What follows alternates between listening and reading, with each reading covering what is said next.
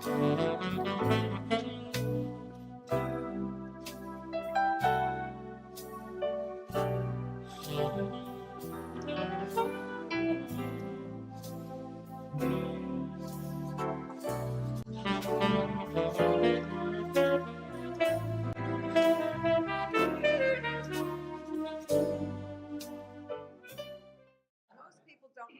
much about Plum Island. As we know, I consider it a scary place. And so he told me that he had spent a number of years as a child living on Plum Island, that his father was the head of a laboratory, I believe it was 257. Was that a scary place? Sounds scary to me. And so by the end of the evening, I convinced Ed that he should come and tell everybody about life on Plum Island. And so over this year, he's put together a really interesting slideshow. I'll tell you something about him. He is married to Linda Faszczewski, who is a nurse practitioner who works in the East Hampton Healthcare Center where I work. And he has 2 children and a grandchild, and he's retired right now. So he loved doing this work for Plum Island. And he's laughing about it. So Ed, come and join us, and please, everybody, welcome. Thank you. Let me start off with a little bit back of past history of Plum Island. Plum Island is situated in Gardiner's Bay, as we all know, and it lies off the coast of Orient Point and is separated by Plum Gut, one of our nastiest tidal surges of water there are around here. The island is 3 miles long, and everyone around is how scary this island is. If it wasn't so scary, why is the U.S. government, Homeland Security, guarding it? I have heard rumors from other people. Once you to get an invitation to get on the island is very, very hard. Once you get on, they will actually take you to a room and field strip you to make sure you have no recording devices, cameras, tape recorders, laptops. They check everything. And then they will be like your shadow. No matter where you go, only certain places, they will be there. And then they will escort you back to the boat and you will leave the island. So actually, you're not going to see nothing.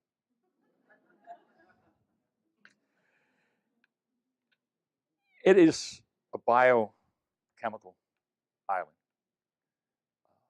Everyone's afraid of it, what they have produced, what they have tested with. I myself, as a child, know nothing what goes on that island. My dad never talked about it. My dad was supervisor of 257, and that's how we left it. We never did anything. The island, Plum Island, was called back in the Indian days, I gotta read this one, this is a good one, Man-it-tu-wan. Say that 3 times. It was owned by the Native American Pequot Indians and was probably first seen by the Europeans around 1614 when the Dutch West India companies charted these areas around here, the South Fork, the North Fork, and Connecticut.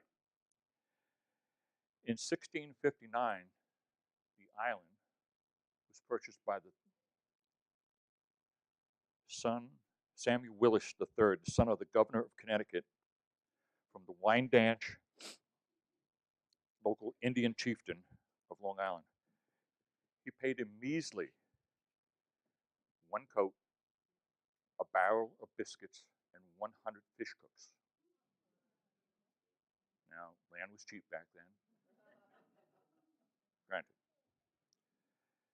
The name Plum Island became Plum Island because of the overabundance of plum trees and bushes on the island. This is how it got its name. There is a headstone of Colonel Thomas Gardner, the son of John Gardner Thomas, who lived on the island in the 1700s and died 1786 and was buried on the island. I don't think very many of you know that he was buried on that island. That's his actual tombstone. And And they actually have an area where they keep the grass and the bushes and stuff mowed back away so you can actually see it. If you really look hard when you're going out on the Orient Point Ferry and you're making the turn right to the left of the lighthouse, if you look real hard on the crest, you might make it out on a good day. But it's there. He's the son of General Gardner. Now, after in 1827, Plum Island's lighthouse was constructed. That, as you can see, this is the new lighthouse that was constructed in 1869. The man sitting there is the lighthouse keeper. Looked like he had a real heavy job there. And that lighthouse still exists, but the buildings off to the side does not exist anymore. This lighthouse was turned into a U.S. Coast Guard station. They had the lighthouse as a Coast Guard station, and the lighthouse that sits right directly off Orient Point was a Coast Guard, a manned Coast Guard station by both of them. Of course, all around there was no signs, as you can see. There was worse signs than that. Now ships could navigate through the gut. Believe me, over the years living out here, I have seen a lot of ships get banged up, wrecked. They didn't know how to navigate. That water can turn on a heartbeat from a flat, calm day to the most treacherous piece of water you've ever seen in your life. It's got undertows, whirlpools, and believe me, as a kid coming back on one of their 40-foot boats, I know what it feels like to go 40 feet into the water and look at nothing but green water and pray that you come back up out of that thing. And we were flat calm 1 minute. That's why there's so much trouble with people fishing off the gut. They don't know, they don't respect it. Let's call it that. They don't respect the gut. In 1890, the government bought Plum Island. Again, land was very cheap. They paid a measly $90,000. I would like to pay $90,000 right now for that island myself. On this island was one of 6 islands that are in the circle sphere that goes around from off the east end of Plum Island that were gun emplacements. They all had artillery guns. Plum Island, you had Big Gull, Little Gull, Fish's Island, Gardner's Island, and what we now know as the ruins. The ruins were never completed. They were all gun installations to stop any protruders trying to come in through the Soundway to attack New York City. The ruins, as I said, was never completed. Years later, the U.S. Navy out of Grumman's used it as artillery practice, bombing practice. You were never allowed to go near that island because of ordinance that never went off. But anyway, it was later the government turned it into Fort Terry. And these are some of the guns that were on Fort Terry. This is a big one. These are what they call Peekaboo Guns. They could actually go down, if you can see around some of the guns, the round circles, they could turn and they could actually go down into the ground. They disappeared. So that's why they called them Peekaboo Guns. And I will tell you later on as a child what we used to do in these things. No. There is also a rail system. Speak up. Okay. This is some pictures of some of the artillery positions. As you can see on the east end, there was numerous amount of guns over there and the batteries. They had ammunition storage out there for the guns. Now, the ammunition storage is not like we think of a shell nowadays. These had bags of powder that were put in first, and then the projectile came out second. There was also a rail system. As you can see, that's the first little locomotive they had on Plum Island. I never saw it. But that's the old dock of Plum Island. It's not there anymore. It's an elaborate docking system now. This little locomotive used to pull little cars, flat cars behind it, hauling the ammunition to those gun emplacements out on the east end.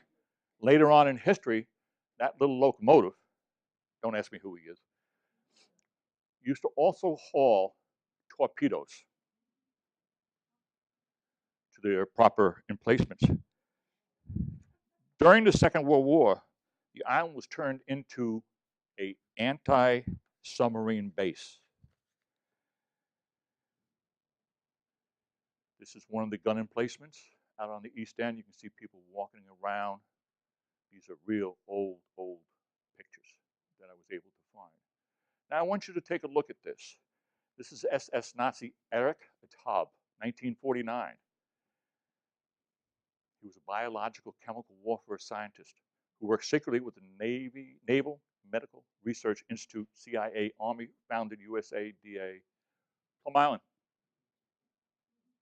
So don't anyone tell you that we didn't have foreign scientists on that island. We have. We've had them from Russia, Germany, all over the world they come to study. But this man's reason to being on that island is he wanted to develop a biological warfare chemical, not to use against us, but to use against Russia.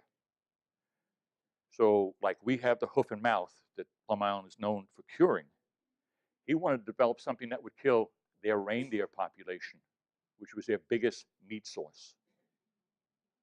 So that's why I found him on the web also, and I said that'd be very interesting because he was there. It wasn't until 1952 the island was reassigned to the Army Chemical Corps. You're looking now at Lab 257. 257 used to be a torpedo storage area for the torpedoes that submarines that used to come in and pick up supplies and torpedoes. In 1952, 257, no, that's one too many. 257 was rebuilt internally. That was part of my father's job. He was in that part of the job rebuilding it so it could turn into a testing facility for the government. They're well known for their hoof and mouth disease cures, the swine disease, the duck disease, and any other disease you could think of. But we won't get into the other bad stuff. The hoof and mouth, we had an epidemic back then that was killing our cattle in the Midwest, killing them very fast. And that is why Plum Island was given the job to try to find a cure for this hoof and mouth. And they did. But lo and behold, there were 27 different types of varieties of hoof and mouth. So you find one, it's just like the flu. You get the flu this year, you get it next year, you go, how come I just had a shot? It keeps changing strains. So their job was constantly trying to find another strain of it. This is the new lab. This is Lab 101, state-of-the-art facility. It's a level 3 laboratory, which gives it the right to mess around with biological warfare and diseases that we do not want to know about.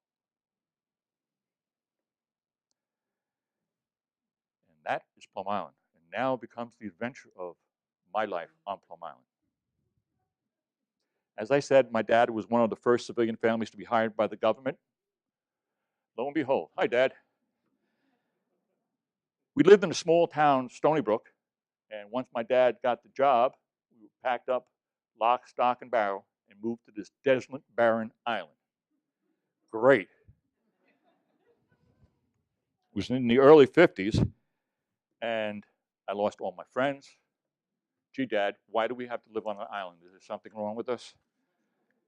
I had no idea what would lay before us. Neither did my brothers. I mean, we were scared kids. I mean, is this one way of punishing us? Don't remember I did anything wrong, but so where we did, we moved over to this isolated island. And once we got onto the island, we became friends with our neighbors who were also hired. There was 9 families there, including one of the big wigs that mostly was third in command of the island, totally. But we learned the rumors of Captain Kidd's treasure. on the island, of one of the 6 islands that I mentioned that were gun emplacements. So, you know we had a lot of investigating to do on that island. Although the island is only 3 miles long and 1 mile wide, there are a lot of restrictive areas. Back then, the East End, where they housed the animals in corrals, there were horses, cattle, pigs, chickens, mice. You name it, they had it. But we did explore every inch of that island. Believe me, we did. The only place we never really went close to is Lab 257. This is what 257 looks right now. It's in shambles. It's been totally decontaminated. The government spent a lot of money to sanitize this building. But you're still not allowed to go near it or in it. I don't know why. And there was another picture, Dennis, of, nope, back one.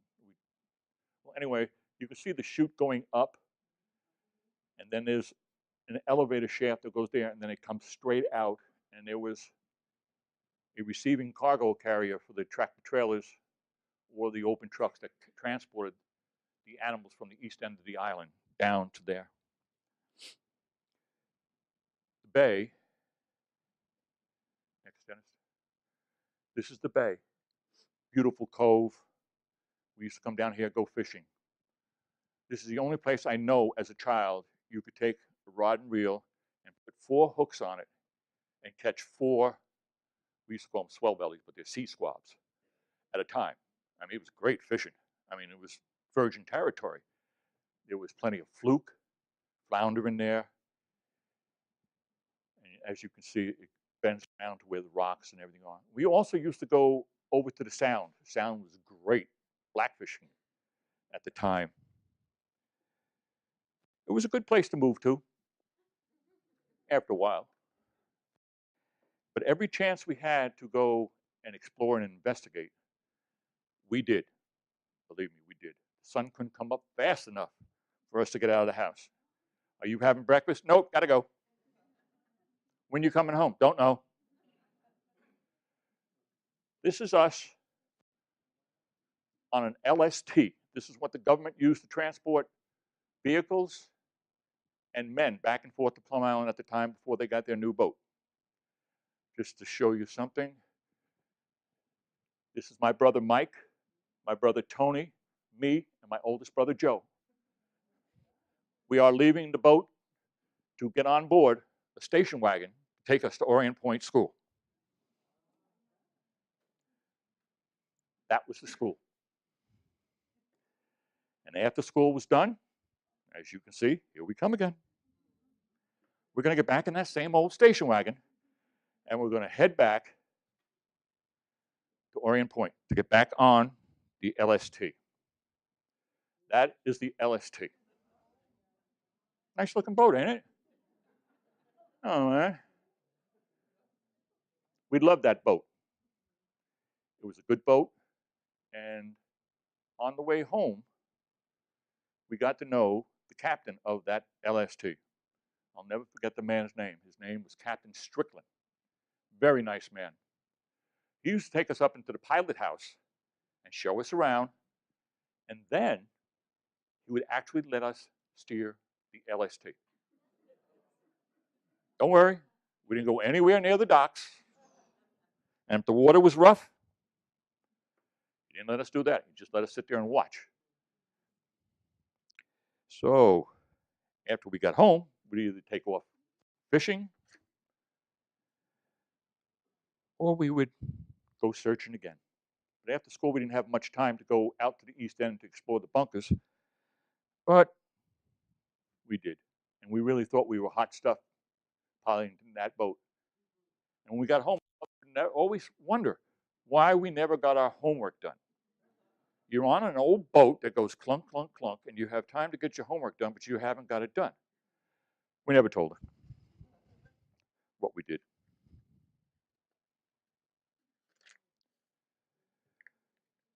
All we wanted to do was go out and explore.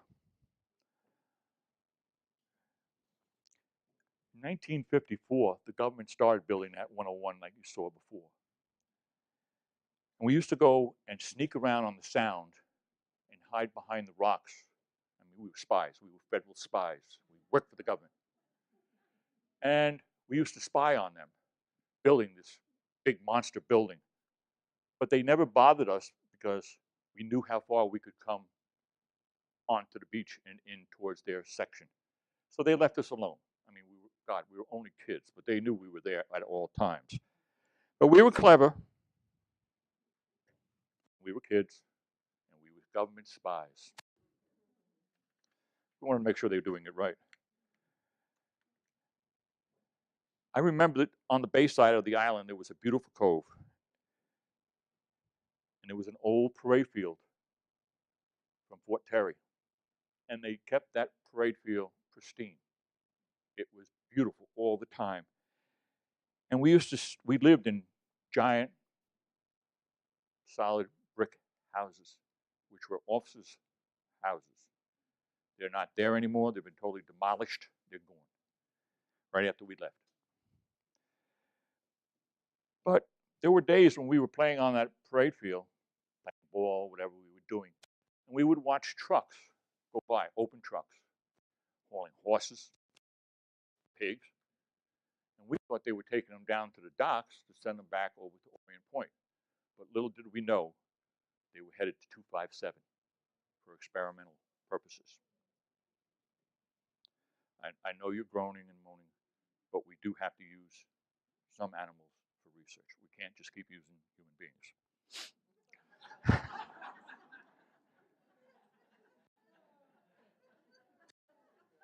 I mean, it might be a little cheaper sometimes, but who knows?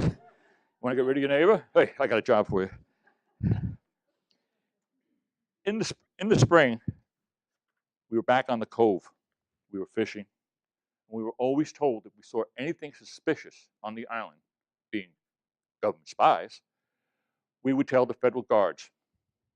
And the federal guards always made their road. There was a road going all around the island on the edge of the cliffs, and they patrolled it very regularly.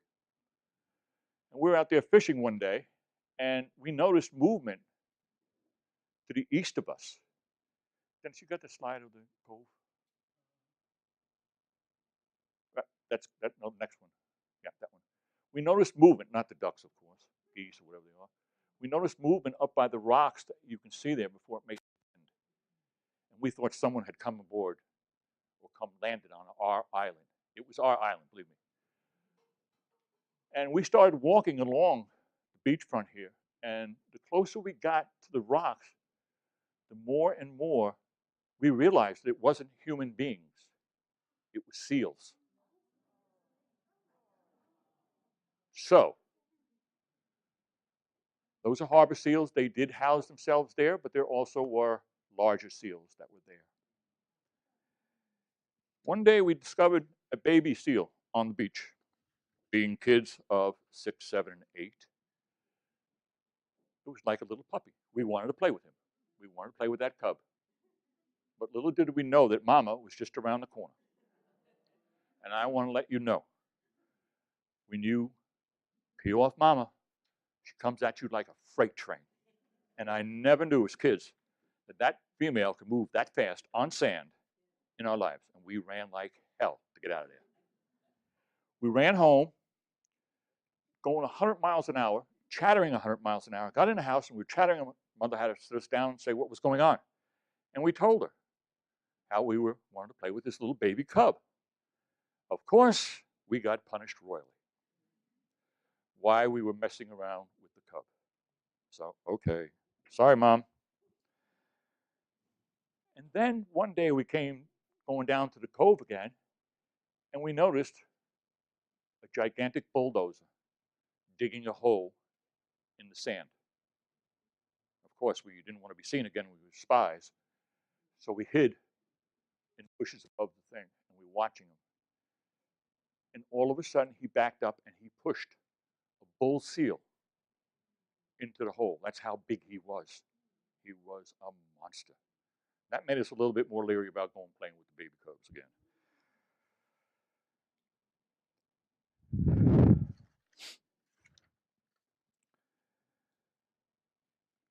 Remembering another time, we were playing Federal Spies again, and a small boat came onto the cove, and we were up in the bluff. There was one section on the bay that had a bluff with sand on it. We used to love to play with that. And we were up there watching, and this small boat came ashore. Guy pulled the boat onto the beach. They got their blanket out, laid it out, having a nice picnic. Lovey-dovey. Okay, us Federal Spies again. We ran off and told the Federal Guards, thank you very much. Now comes two Jeeps from both directions, cornering them like this. They saw the Federal Guards coming, and they pulled off, and they took off.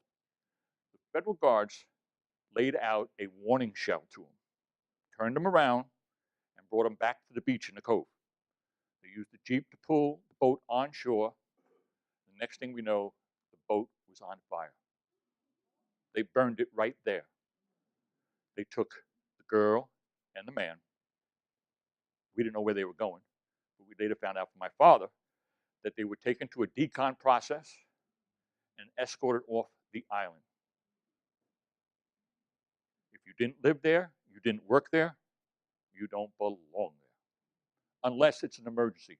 Your boat breaks down, you hit a rock, and you have to swim to the island. Yes, but you're still going to go through a decon process when you get off that island.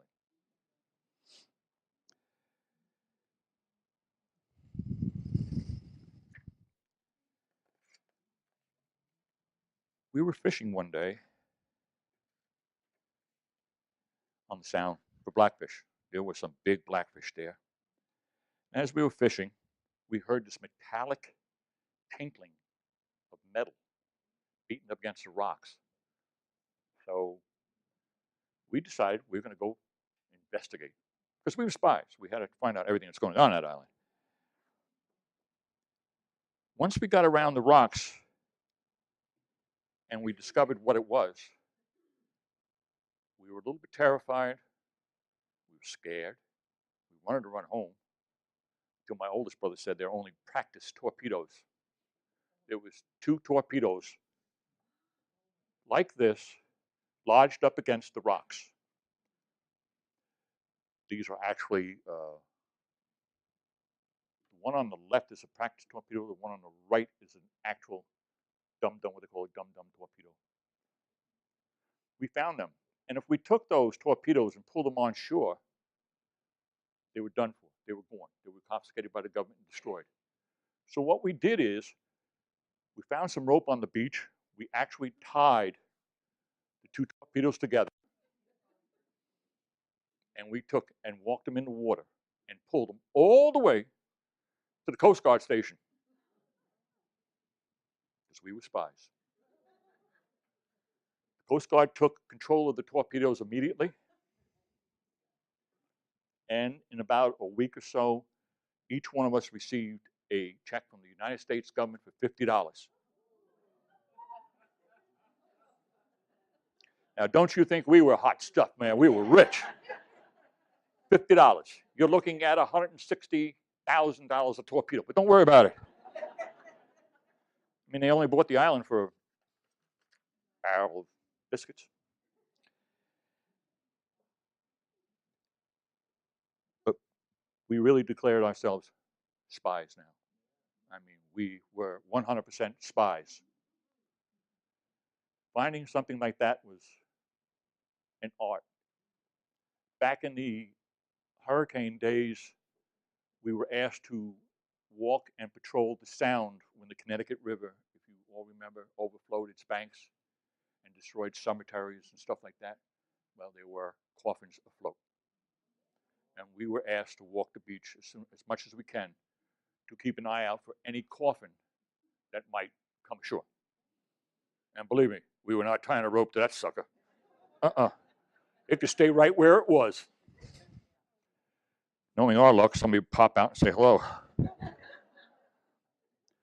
On Saturdays, we used to take off, get on board this 40-foot boat, go across the gut, go to Orient, find our car in the federal parking lot, and then drive off to Greenport to go shopping. And this is what we do, our weekly shopping in Greenport. My mom and dad would buy all their provisions and stuff like that. My father would make sure he gets a couple cases of beer because you can't get off the island every day. So at times we would go visit my grandfather who had a farm, who had cattle, pigs, chickens, and we would play with them, but my dad was never allowed to go anywhere near within 100 feet of any of those animals because of the stiff regulations, what he was governed by working in 257. Working in that laboratory, my dad would tell us at any given day, he would take anywhere from 15 to 25 showers, moving from room to room. That's a complete change of everything that you have on. You never wore a watch. You'd have new glasses on the other side of the wall, new shoes, new underwear, and everything. And if you came back from there, you'd have to take a shower to get back into the other room.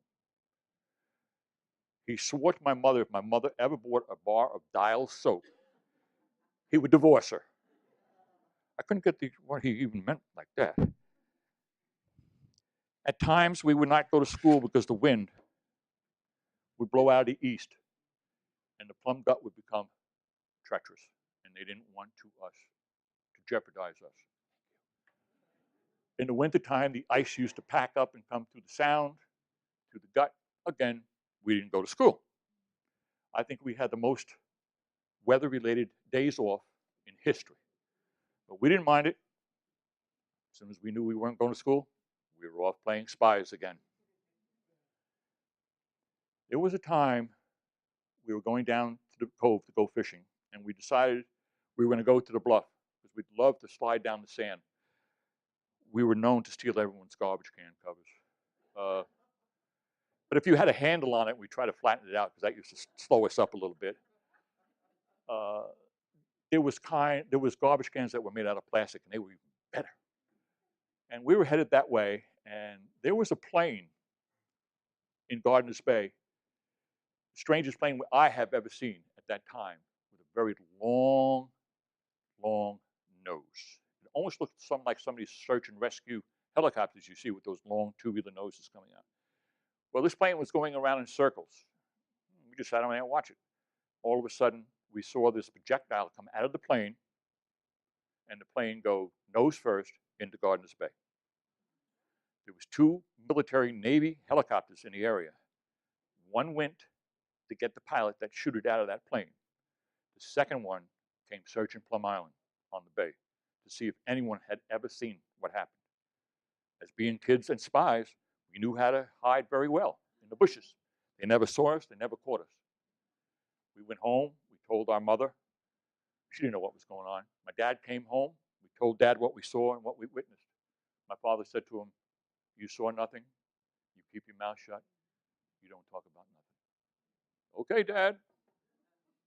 So believe me, I have not told too many people about it. And I bet you if you look in the records at a Grumman's, you're never going to find it. Because we all know a lot of things go on that we never happen. Every day was an adventure. You'll see them. There's some more gun emplacements, as you can see, and storage areas where we used to play. We were big shot, man. We were spies, army. Man, we were everything. But we couldn't find Captain Kidd's treasure. I don't know where that guy hid it, but he hid it pretty good. They still use it as exercises. As you can see, this is off the east end on the bay side with all the erosion and everything that's going on. All this is falling into the water and being permanently destroyed. It's one of the better gun mounts. We had some good times there. Good fishing, too.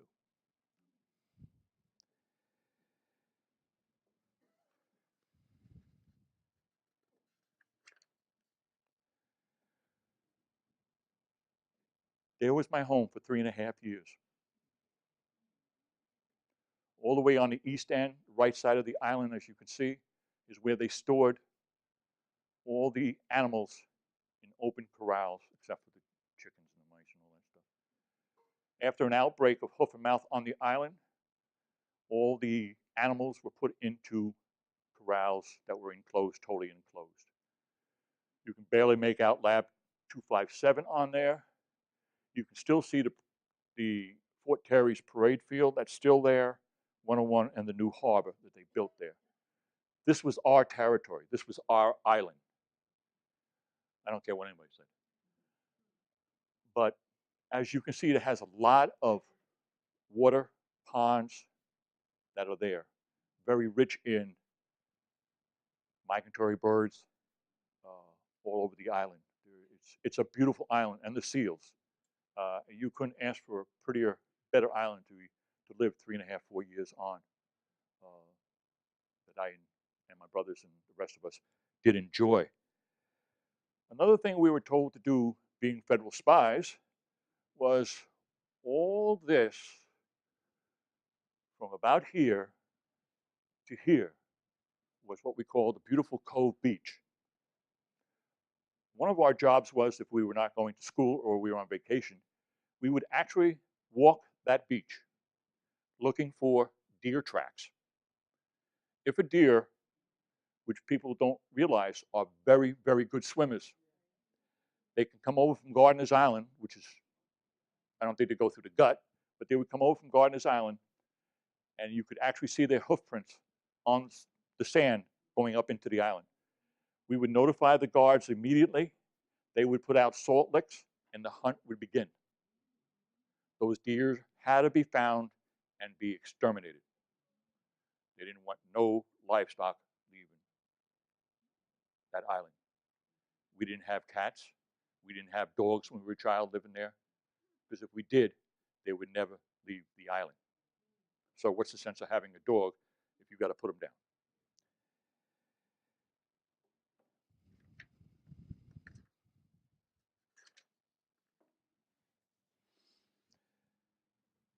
Now we will go to another part, which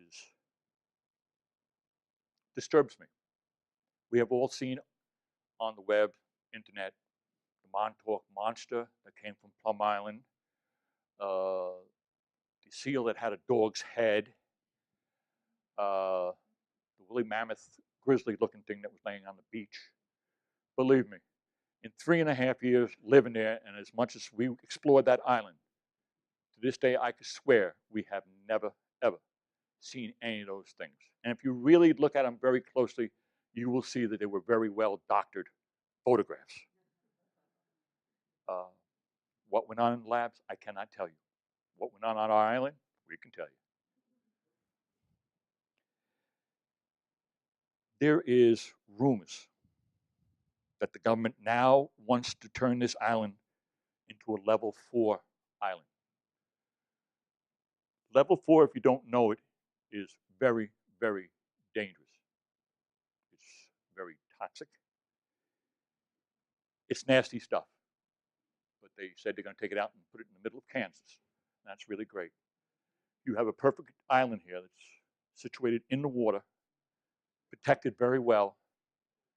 In 1978, the Long Island Expressway was supposed to come all the way to Orient Point and extend all the way into Connecticut.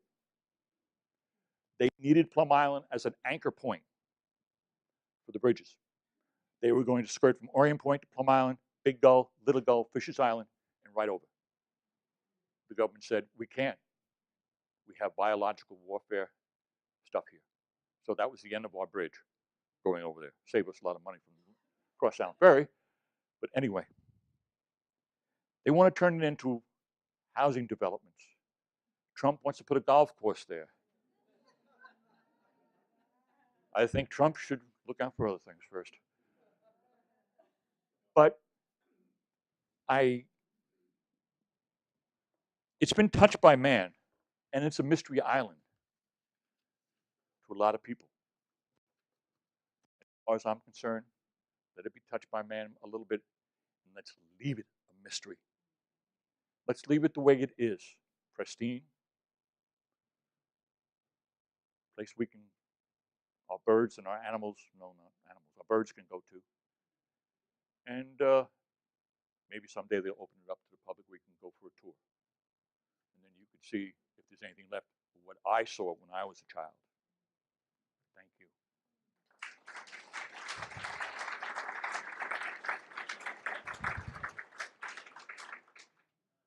Ebola is a level 4 virus. So they would be messing around with something like that. There are other level 4 viruses that are out there, but the only one that comes to my mind is Ebola. And we know what Ebola can do to a village in Africa. I work for the Nature Conservancy, and we're part of the coalition that is trying to keep the island as either a national wildlife refuge or a national park. And I just wanted to mention a couple of things. There's a group of field scientists did a 4-season inventory of so anybody who's a Plum Island very interested, it's a great piece of work.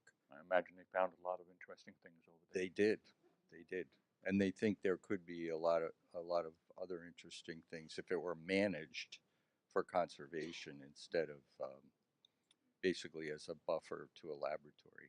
Is the way it's managed now. Oh, sorry. Thank you very much for your unique perspective. Just one final comment. I've been out there a few times for my work, and the scientists out there explain a level 3 laboratory as animal to animal disease, and a level 4 lab as animal to people and people to people. But we never know what they had on there. Thank you very much for a very interesting talk. I'm just curious, you said that if you had any uninvited guests on the island, that they had to go through a decontamination process, but you went to school with your family. You went off the island routinely. How did they handle that? And what do the kids in your school think of these visitors coming from the island? Kids in the school never really even cared.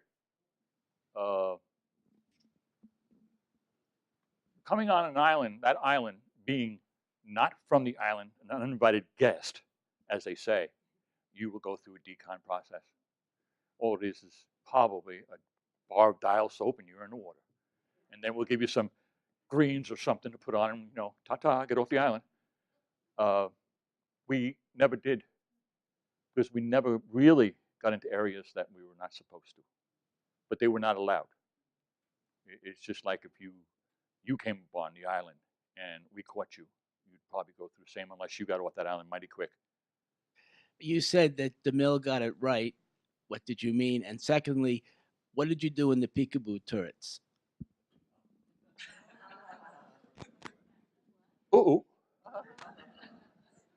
Nelson Mills had it down perfect. I was fortunate enough, my wife and I were fortunate enough when you had the book fair in East Hampton, even though Nelson Mills wasn't there, which broke my heart, but my wife and I were fortunate enough to have dinner with him personally. I've read every one of his books. I love his writings. I mean, I still got one to go, which I'm holding off to the bare end. And I asked him point blank, how did he get on Plum Island? It took him almost 8 or 9 letters to the Department of Agriculture. At that time, Plum Island, when he wrote the book, was under the jurisdiction of the Department of Agriculture. And it took him quite a few letters to the Department of Agriculture saying why he wanted to come on the island, what he was doing, writing a book about Plum Island. And finally, he got approval by the United States government to go on Plum Island. And he went to Orient Point. He was greeted by federal guards and a supervisor and taken over to Plum Island and given the grand tour of the island, of the gun installations he mentions in his books. He never got into Lab 257. He got there, but never got into it. But everything he said about the island, I can truthfully tell you, he was right on the money, and I told him that right to his face. You were right on in that book. He does his homework very well when he writes his books. If he didn't go to the country, he won't write about it, or the island, or wherever he wants to go. He's a very talented man. Yes. I just wanted to reflect on when I graduated Connecticut College in '83, and in 1984 I moved out here. And my first job interview was for Plum Island. And you said something that is the only thing I can remember about that interview, which was essentially, I'll have to paraphrase it, but it was, well, you're going to go on the island, you'll take a shower, you go into this room, you'll burn your clothes, take another shower, leave this room, burn your clothes, take another. And I left that interview not taking the job, A, and B, being terrified of that island for years. You really brought the mystery of that island alive for me again. Well, I thank you for that. First of all, the clothes they were wearing on your back went into a certain section, and that's where you disrobed and put on the next set of clothes as you went through the door in Mother Nature's way to be put on. But those original clothes where your wallet and everything was in a decon process area, which was sanitary, and you would never lose them. You would always come back to that area after the day. But the clothes being burned, no. You would leave them, go to the next room, and change again. They would be totally laundered for you at the end of the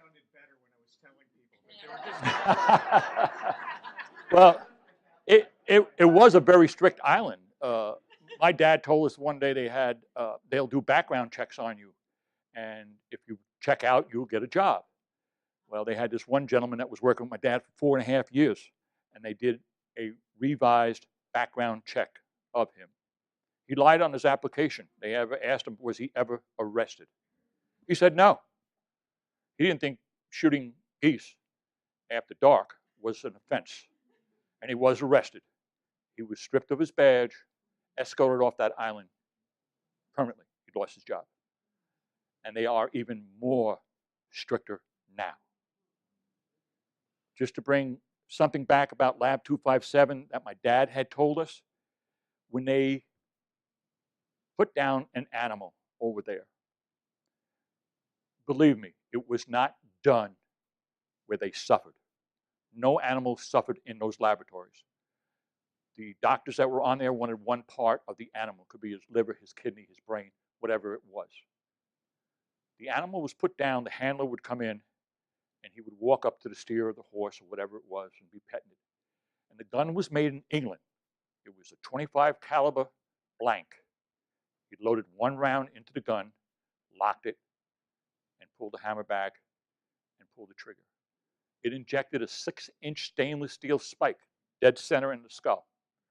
The horse, the cattle, whatever it was, would drop dead immediately.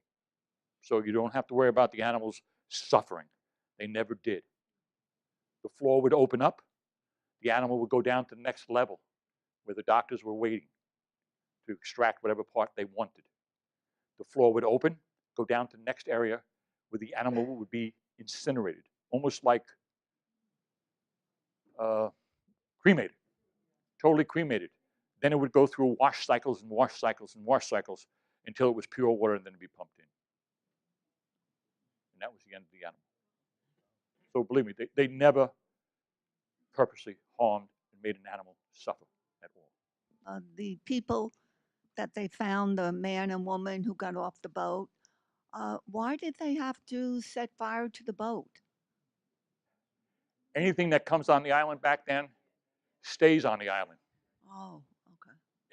If the government bought a typewriter and took it out to the library or wherever you want to say they used it, that typewriter would never leave the island. They had a waste disposal point maybe 2/3 the way towards the east end. And this is where it would be buried. Nothing left the island. So how did those people get off the island? What they How'd they get off the island? They took a shower with Dial soap. yeah. How did the Plum Island, the government, get the animals? Were they sold to them from farms, or how? No, the government has stockyards all over the United States of animals they belong to. Raised just for the purpose of Plum Right. Island. Right. Okay. Just like they raise chimpanzees for experiments and stuff like that. Oh, It's those raised for the around. government. The government has their own stockyards that they were pulled out from. Okay, thank you. Right. I'm with Save the Sound, and just to let people here know, if you didn't get one of the handouts, and they're missing in the back, I have more, that'll tell you about the campaign to save Plum Island. But I'd like to ask you a question. Many people who look at these aerials that we've been examining for the last 3 or 4 years of Plum Island are kind of mystified about the stripes that we see in the pond. And we're not really sure. If you notice, there's these long sort of rows You mean of, this? yeah, these land These are masses. trenched out. We'd like to know the history if you know something about that. Well, you can see them here. These are trenched out expansion water places that come down. They also have them here and here for tidal surge. In the wintertime, when these used to freeze over, as a kid, not having any skates, we used to take our shoes and boots off and go on them and skate on the water, slide around on the water. And one time I developed pneumonia. And we had a nurse who lived on the island there, who was 24/7. And this is the first time I ever found out I was allergic to penicillin.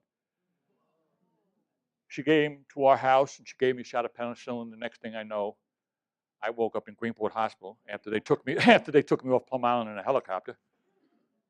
And there are 3 sisters sitting in front of my bed. And I go, it's over, Ed. It's over. Because if anybody ever saw a sister sit in front of you, they got that stupid smile. Thought I was dead, but couldn't kill a Plum Island spy. Okay, as spies, were you and your brothers anxious to get home at night to hear stories from your father? True. But we were also anxious to get home because if we weren't sitting at the dinner table when supper was put on the dinner table, you didn't eat. That was Mom's rule. And if you didn't like what was on the plate on the table, guess what was waiting for breakfast for you? The same thing. Try doing that to the kids nowadays. Again, thank you all for coming.